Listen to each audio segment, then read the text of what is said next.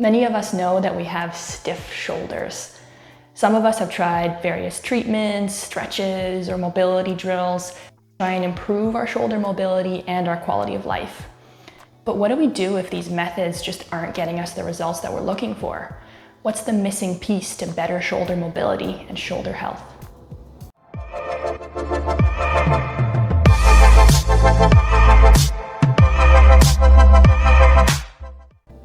When we think of the shoulder, I think most of us in our heads probably go to the actual ball and socket joint. But that's actually not all there is to the shoulder. There are other factors that influence movement in this area. Barring an injury of some kind, the single biggest player in terms of shoulder movement is actually the rib cage, not the ball and socket joint itself. The shape of the rib cage and to what extent it is able to change shape or take on different shapes is what determines how much range of motion we have available at the ball and socket joint. The reason why this is the case is because our shoulder blades have to rest right against the back of the rib cage, and they have to be able to glide across it in all directions in order for our arm to move. So the shape of the surface that the shoulder blades are gliding across is what determines the sort of movement that can be expressed in the shoulder and arm.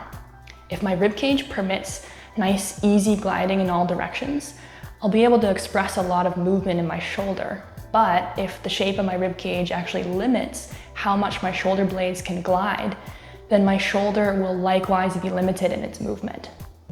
The ideal shape for the rib cage is a curved shape rather than a flat shape.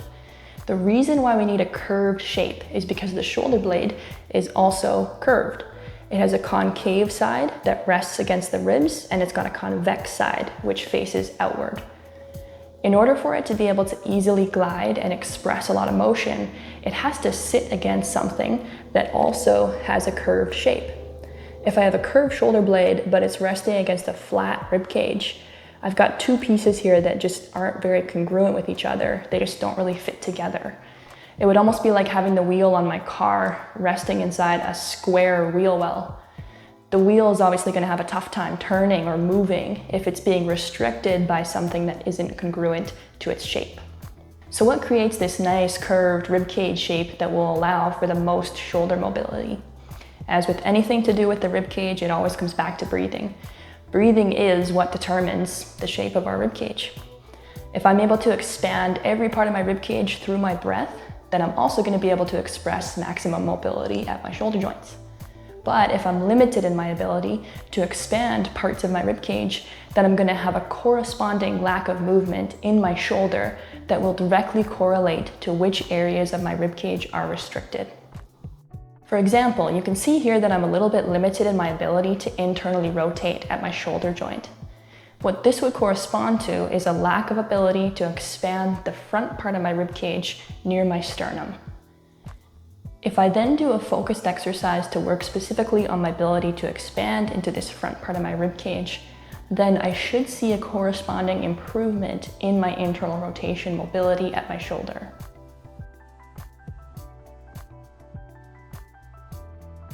So if we now know that shoulder mobility is primarily linked to rib cage expansion, then it follows that it doesn't really make a lot of sense to try and increase mobility by just cranking on the shoulder joint, or by endlessly stretching it, or by taking a band and trying to force it into a deeper range of motion. These things might all give us a temporary ability to move the ball and socket joint through a bigger range of motion, but it might actually be at the expense of some of the stability and integrity in that joint, while also not really addressing the underlying issue of the rib cage itself. The main takeaway here is, before jumping right into things like stretching or doing shoulder mobility drills, assess the ability of the rib cage to expand in all directions first.